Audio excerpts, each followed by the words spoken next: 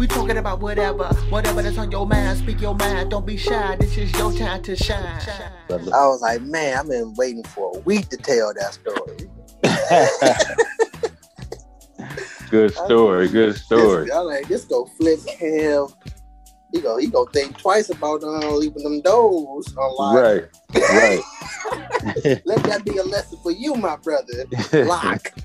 Because they do not pay attention to the words that you say on the other side. Exactly. Oh, shoot. We don't even got a lock on our door. I might have to build one. They got a closet knob on his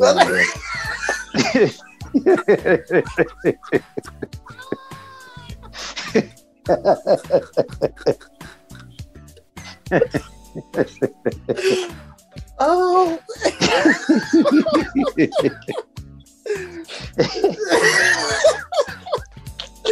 A closet knob. Oh, man.